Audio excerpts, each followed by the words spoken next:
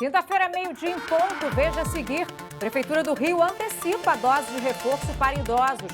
Ministério Público e Defensoria pedem a suspensão do decreto que libera o uso de máscara de proteção em Caxias. Veja ainda como foi a primeira audiência do caso em Rio.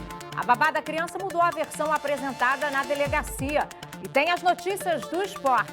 Não saia daí, em 10 segundos.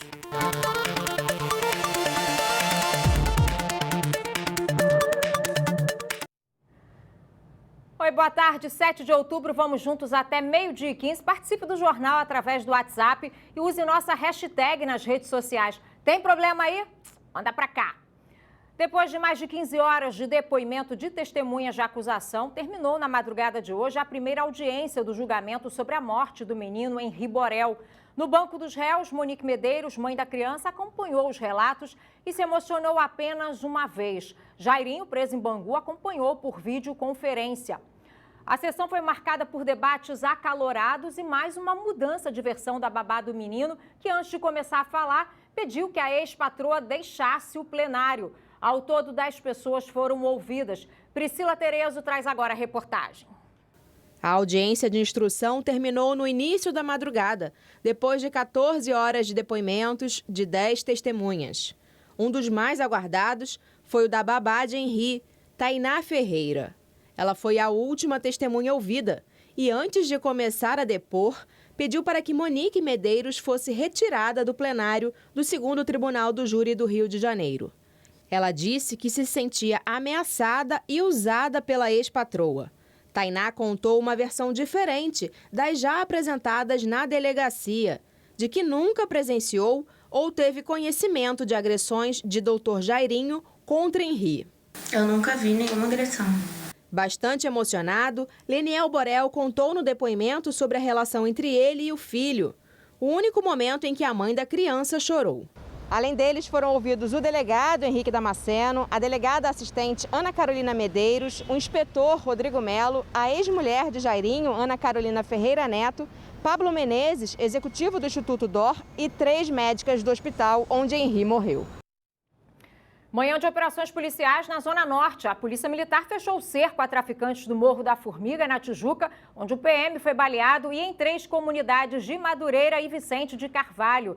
Nas primeiras horas do dia, 300 militares ocuparam os morros do Juramento, Juramentinho e Serrinha.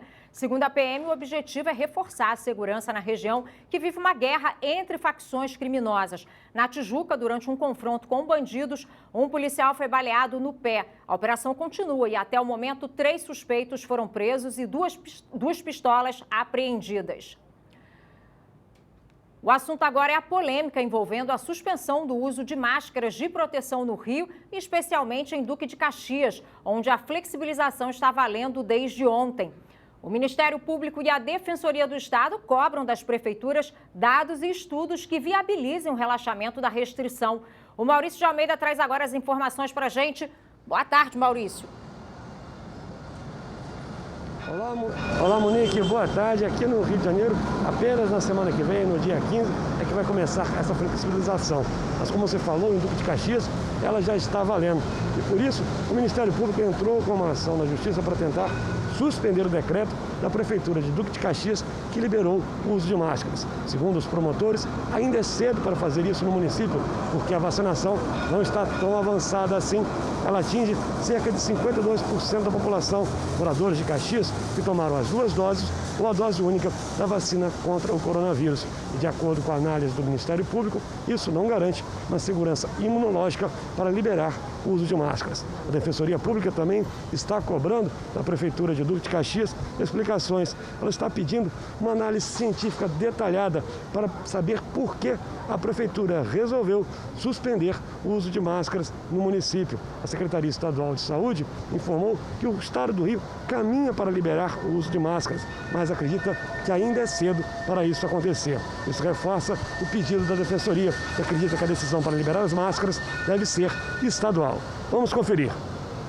É importante importante recordar que esses municípios, né, tanto Rio como Duque de Caxias, são municípios de intenso movimento migratório de pessoas, são referência em serviços que são compartilhados não só pelos municípios limítrofes, mas também municípios de todo o estado e que, portanto, não é possível falar que, no caso, né, a liberação do uso de máscara terá um impacto apenas local e não regional. Esse é um interesse que compete ao Estado do Rio de Janeiro orientar toda a população e todo o município fluminense para que haja um enfrentamento efetivo da pandemia da Covid-19 no estado. Não podemos também esquecer que até hoje vigora no estado do Rio de Janeiro um decreto que determina o uso obrigatório do uso de máscaras, tanto em espaços fechados como abertos, inclusive públicos.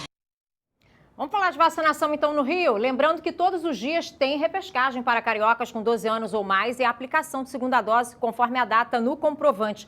A novidade é que a Prefeitura antecipou o calendário do reforço dos idosos na capital. Atenção aqui, pode colocar na tela. Hoje de manhã vacinam os idosos de 74 anos ou mais. Na parte da tarde, a turma de 73. Na sexta, cariocas de 72 e no sábado, 71 anos ou mais, de 8 da manhã até meio-dia. E até o dia 9 de outubro tem a aplicação de terceira dose para trabalhadores da saúde, da ativa com 60 anos ou mais e que receberam a segunda dose há pelo menos 3 meses. E atenção você que está com dívidas, que se enrolou um pouquinho aí durante a pandemia com as contas, né? O Procon vai realizar o primeiro grande mutirão de renegociação de débitos. As inscrições já estão abertas e há chance de resolver pendências com bancos, financeiras, empresas varejistas e concessionárias de serviços públicos. Olha só. O Procon Estadual do Rio de Janeiro realizará o primeiro grande mutirão de renegociação para os superendividados, que é o consumidor de boa-fé, a pessoa física que não consegue arcar com as suas dívidas vencidas e a vencer sem comprometer o seu mínimo existencial. A Lei 14.181 de 2021, que entrou em vigor em julho e trata do superendividamento, será usada como base para as negociações. As inscrições poderão ser realizadas através de um formulário online que está publicado no site e redes sociais oficiais do Procon. Não tá fácil para ninguém, boa sorte para todo mundo. E vamos ver como fica o tempo no Rio. Pode colocar aqui imagens da praia de Ipanema, olha só, quinta-feira chuvosa na cidade. A aproximação e passagem de uma nova frente fria deixam o céu nublado e o tempo instável. Agora à tarde pode chover e ventar forte. É bom deixar tudo bem fechadinho se você for sair depois do jornal. A máxima prevista para hoje é de 30 graus.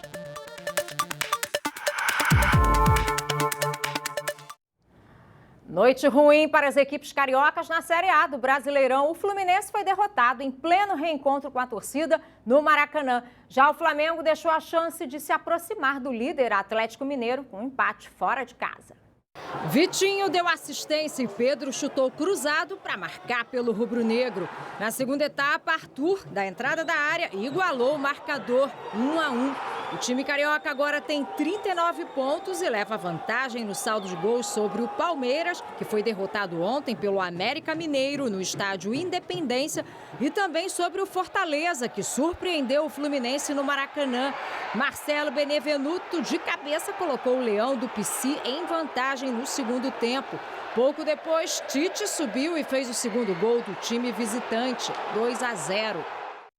Pois é, Sérgio do Bocage, Fluminense, boa tarde. Fluminense perdeu, o Flamengo desperdiçou a chance. O próprio Renato disse que não foi um jogo bonito, hein? Não foi um jogo bonito, mas apesar disso, o Flamengo trouxe um ponto lá de Bragança Paulista. O Bragantino é um adversário difícil, está no G6, finalista da Copa Sul-Americana. Então era um compromisso difícil que o Flamengo tinha, até porque tinha 8 desfalques.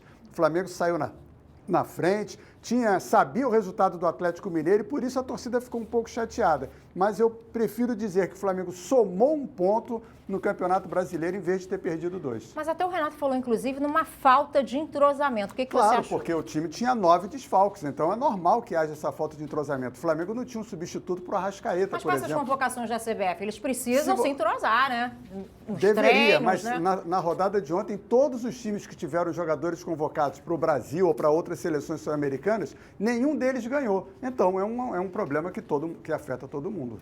E o Flu decepcionou a torcida. Esse foi uma grande decepção. Volta da torcida ao Maracanã, a busca pelo reencontro, de ver o Fred de novo. E o Fluminense perde de 2-0, 2 gols de cabeça, falhas da defesa. O Fluminense ainda está em 9º lugar no campeonato, ainda pode sonhar com uma classificação para a Libertadores. E o Fortaleza mostrando sua força aí no G4 do Brasileirão. Tá certo, Bocardi, obrigada mais uma vez. Boa tarde. Agora eu quero chamar a atenção, principalmente a das mulheres, para a matéria que vamos exibir. Durante todo o mês de outubro, a gente vai trazer aqui no Repórter Rio informações importantíssimas e que podem salvar vidas. Na reportagem de hoje do Thiago Pimenta, você vai ver que no ano passado, 8.000 casos de câncer em mulheres tinham relação direta com o consumo de álcool, obesidade, sedentarismo e com o não aleitamento materno. Cristina tem o hábito de fazer o autoexame das mamas pelo menos uma vez por mês. Foi o que permitiu o diagnóstico precoce e um tratamento menos agressivo para um pequeno tumor. Quanto mais cedo a gente identifica, melhores as chances de cura, menor o tipo de tratamento no sentido da agressividade, muitas das vezes. O câncer de mama é um dos mais recorrentes no mundo. Mesmo com alta taxa de mortalidade, quando descoberto no começo, as chances de cura são maiores. O autoexame para a Cristina é reconhecer o próprio corpo. É muito importante que a mulher faça o autoexame em torno de 1 semana, 10 dias depois do início da menstruação, que é quando a mama fica menos desinchada. E se a gente faz esse autoexame pelo menos uma vez por mês nessa época, a gente conhece o nosso corpo. O Ministério da Saúde estima o surgimento de 66.000 novos casos de câncer de mama só este ano. Câncer de mama é a doença que mais leva mulheres à morte no Brasil. Só em 2019 foram mais de 18.000 vítimas. Mas quando se trata de saúde da mulher, é preciso prevenir também outros tumores, como o de colo do útero. Além da mamografia, a Fundação do Câncer recomenda também a realização de exames preventivos, como o Papa Nicolau e a colonoscopia. Alguns procedimentos já são recomendados a partir dos 25 anos de idade. Se durante 2 exames consecutivos o Papa Nicolau estiver normal, você pode expandir esse exame de Papa Nicolau a cada 3 anos. Outro fator que preocupa é o abandono da rotina de atenção à saúde da mulher por causa da pandemia. Um levantamento da Agência Nacional de Saúde Suplementar mostrou uma queda de aproximadamente 17% no uso dos planos de saúde para consultas, exames e cirurgias em 2020. Mais de 1 bilhão de procedimentos que deixaram de ser realizados. Houve uma redução acentuada do número de exames, por exemplo, de mamografia, de exames preventivos de Papa Nicolau, com níveis que chegaram até 82% de redução quando comparados um período com o outro. Outra forma de prevenção é a mudança para um estilo de vida com alimentação mais saudável e exercícios físicos. A gente está falando aí de frutas, legumes e verduras, arroz, feijão, e a gente deve evitar os alimentos ultraprocessados, ou seja, aqueles alimentos prontos para aquecer e prontos para consumir. Manter-se fisicamente ativo como parte da rotina diária. Gente, saúde é um bem valioso demais. Cuide-se sempre. E por falar nisso, eu quero mandar um abraço para o Reinaldo, nosso câmera flamenguista aqui do Glass Studio, que passou por uma cirurgia. Está bem já. Vai estar de volta, Reinaldo. Boa recuperação para você, querido. O Repórter Rio fica por aqui agora, mas você pode rever tudo em nossas redes sociais. Uma ótima tarde para todo mundo. Até amanhã, ao meio-dia, hein? Tchau, tchau.